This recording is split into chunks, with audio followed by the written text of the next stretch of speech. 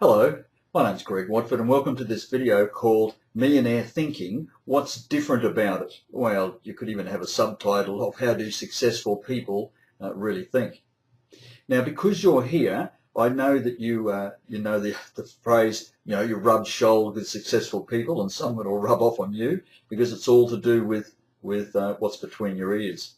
So I encourage you to buy some books written by some successful people and read the blogs or get on their lists and watch their videos and receive their emails of successful, wealthy people, of which there's a plethora to choose from. One of the ones that I like is this, Think and Grow Rich, Napoleon Hill. This particular version, it says original version, that's fairly new. Well, yes, it's been republished. So Think and Grow Rich, 1937. It's one of the classics of all time. So there's Napoleon Hill, W. Clement Stone, Dale Carnegie, Norman Vincent Peale, and my favourite, Zig Ziglar, and another one is Jim Rohn, the famous Jim Rohn. Now all those are no longer with us, but you can still read their books and watch some of their videos, especially Jim Rohn's videos are excellent. Now, the ones that are still with us, of course, and you know many of them yourself, is Tony Robbins, Robert Kiyosaki, Brian Tracy. Excuse me for looking down because there's quite an extensive list. It'll help me remember these people. Stephen Covey, Wayne Dyer, excellent Wayne Dyer. Bob Proctor, of course, from Canada. Louise Hay, she's lovely. And, of course, Deepak Chopra. Many of those people have videos out as well as they've written extensively. But perhaps you may not have heard of Dr. John DeMartini or perhaps Mark Victor Hansen. He's the Chicken Soup for the Soul. Dan Millman, Jack Canfield, co-authored Chicken Soup for the Soul. Les Brown, excellent Les Brown. And a couple of the lesser known ones is Eric Thomas. He's the hip-hop preacher, and he'll certainly get you motivated. And even someone like Nick Vujicic, pretty hard to pronounce, he's the guy with the no arms and legs. There's several videos and interviews out with him. A terrific man. Now what we're going to do now is I've got a couple of very small video clips for you from a couple of lesser known successful people. One is Mike Dillard and the other one is Brendan Burchard. So here they are.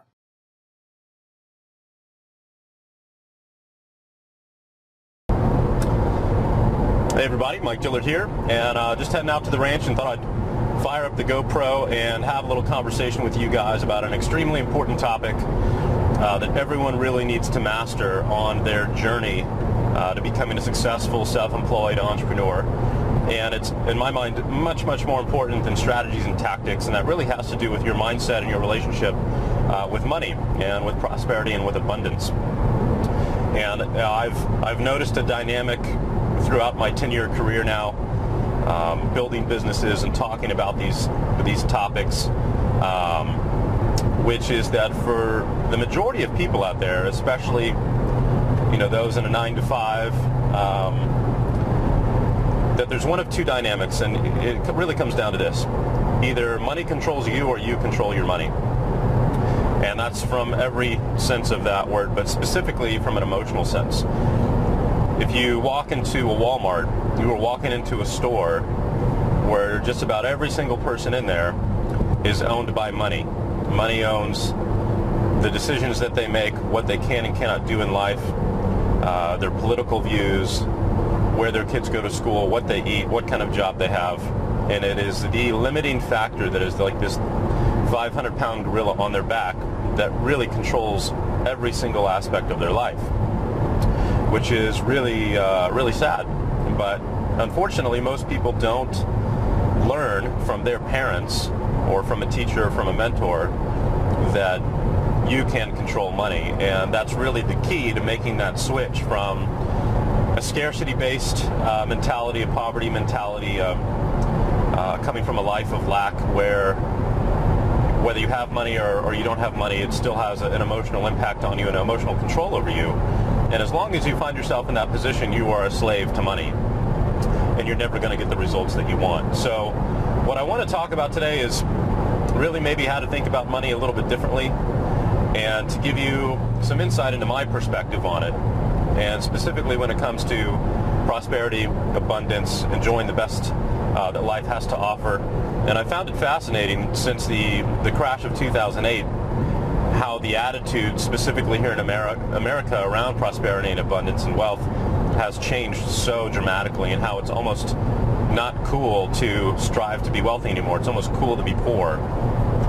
And a great example of this, look it up if you haven't come across them yet, but the big new trend now is what they call tiny houses.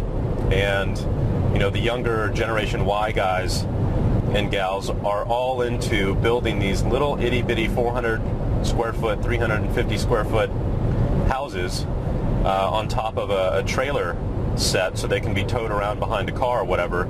And normally they're made out of wood, and they have like a little house and windows, and it's literally a tiny little house. So the popular thing now is to go build these, and I don't remember the total cost. I want to say it's like 10 to 20 grand. Red light camera ahead. I want to say it costs like 10 to 20 grand to build one. But people are like taking pride in how small of a house they can live in. Like, that's the point of pride for them, is look. Your marked location. That's a point of pride for them now, is look how little I can get by with.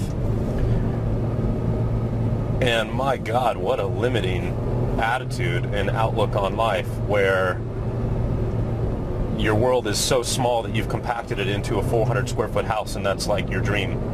And I get that there's environmental reasons and things like that, all kinds of excuses, but frankly, I think that's bullshit.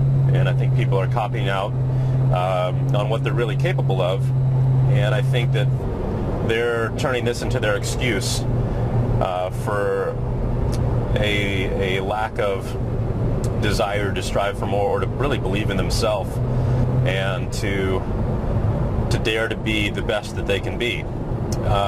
So I think that that's just a really fascinating trend. But what I want to convey to you guys is, when you see this kind of stuff in the media, and when you see these 99% signs and bumper stickers and all of that crap, put your guard up when you see it, because that is the sign that that individual, in my opinion, has a mental disease. And that's really what an attitude is. It is a mental disease, and it's either going to help you or it's going to hurt you. But it's an idea that can infect other people, just like any other kind of disease can.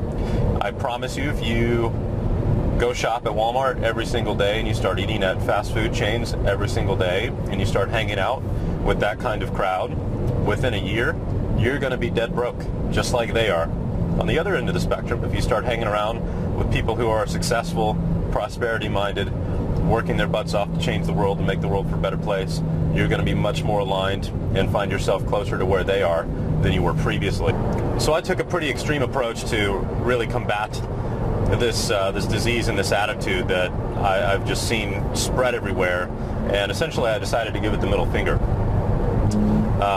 And part of that is the car that we're driving in now, which is a brand new 2014 Ferrari 458 Spider that I put a deposit down about 6 months ago, and got to design every little stitch, nook and cranny of this car, which was a fantastic process. It was built by hand by some of the most amazingly talented engineers on the planet in Italy, and then shipped over here on a boat, and I've been driving it about 2 months ago now. And for those of you who know me, you know that cars are really my hobby and my passion, and I do a lot of off-road racing during the year, the Baja 1000, the Min 400, and now that we've got the Circuit of Americas here in Austin, I'm really looking forward to doing some road racing in this car specifically, so or at least some track days, which will be a lot of fun. So here's my attitude when it comes to material things and things like that. I'm not driving this car because I'm insecure anyway, or I want attention, or any of that other bullshit that people tend to default to when they see someone driving a car like this. My attitude on that is very different, and it changed years and years ago when I bought my very first nice car, which was an Aston Martin V8 Vantage when they first came out, I think in 2007 or 2008, something like that.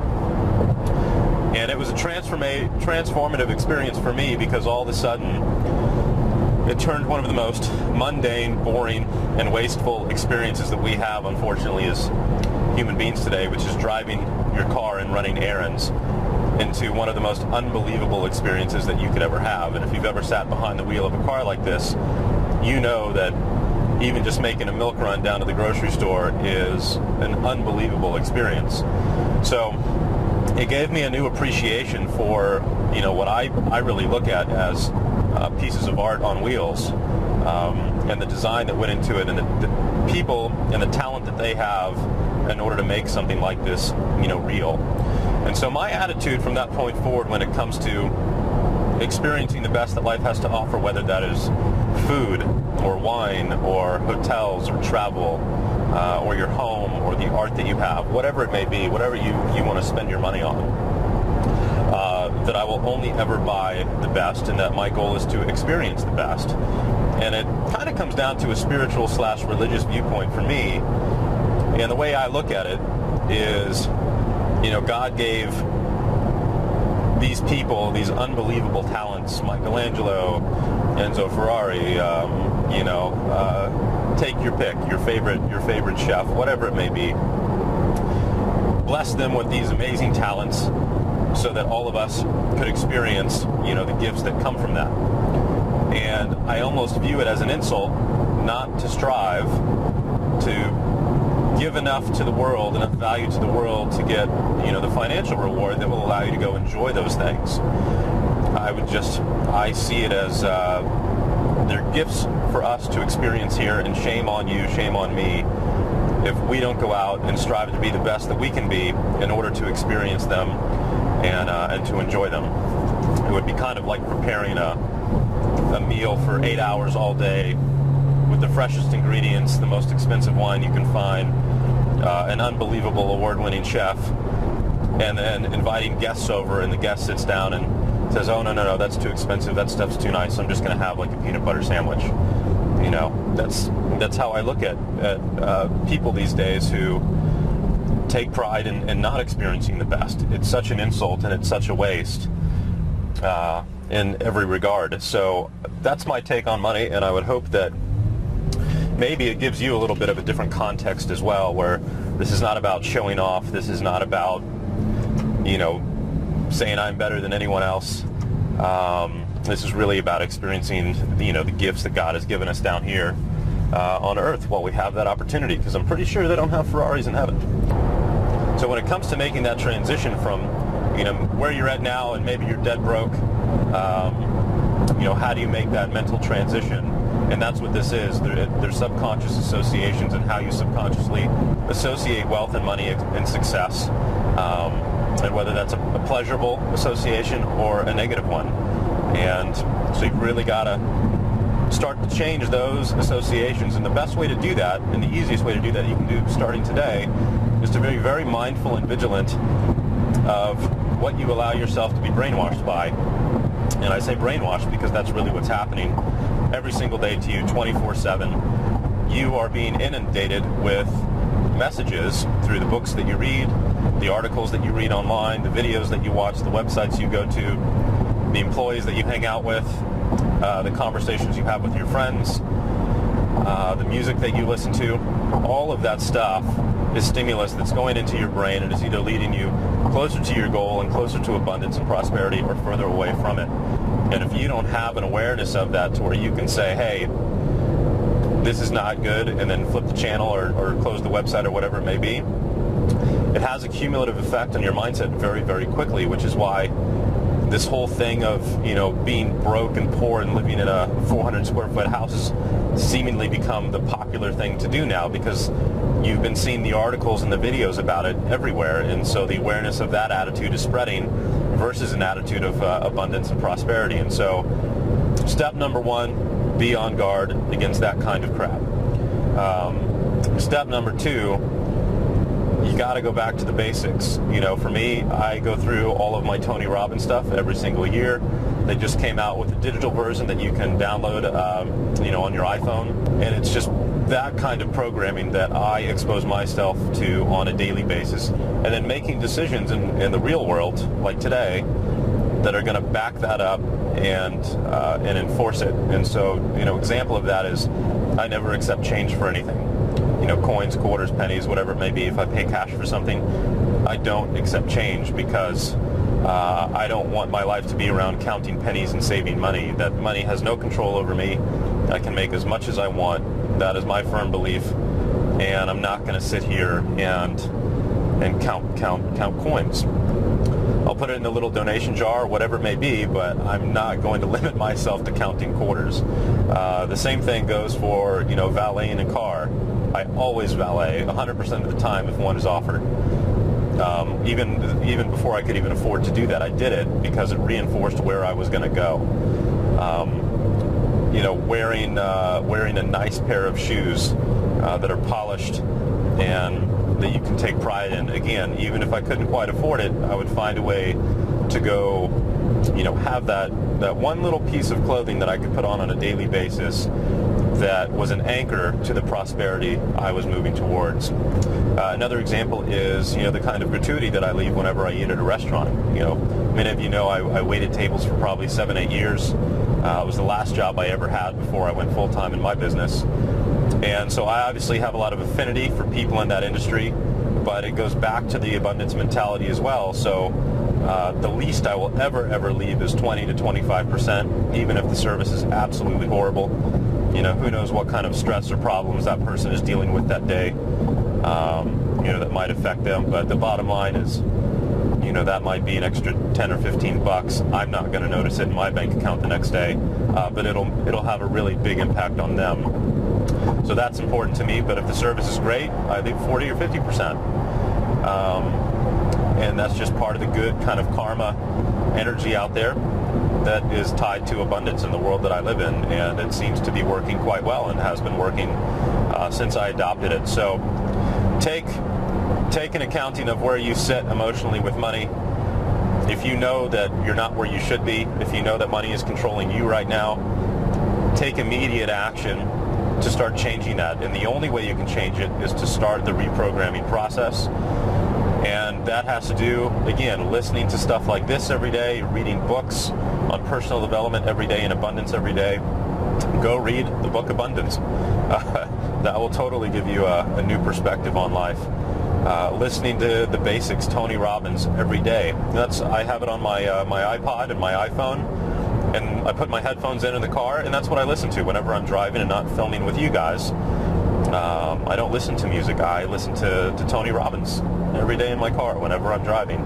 And it just anchors me, and it puts me in that attitude that I need to have in order to move forward in a really positive mindset on a daily basis. And that's how it's done. There's no other quick trick or way around it. It is a battle of attrition over a world that is unfortunately falling into a really crappy mentality. And it is our really responsibility, as I see it, torchbearers of abundance, as entrepreneurs, to fight that. And so this car is a representation of that. This is my giant middle finger to the poverty mentality taking over the world at the moment. And I hope that you will pick your way, however big or small it may be, to do the same and to stand up and to be an example for others that we create the lives that we want to create and live in. It is all a mental projection of the thoughts we think on a daily basis. So I hope this brought you some new context, maybe a new way of thinking about money and your relationship with it, and at least, if nothing else, helped you identify that that's something you need to address or not. So until next time, thanks so much, guys. Take care.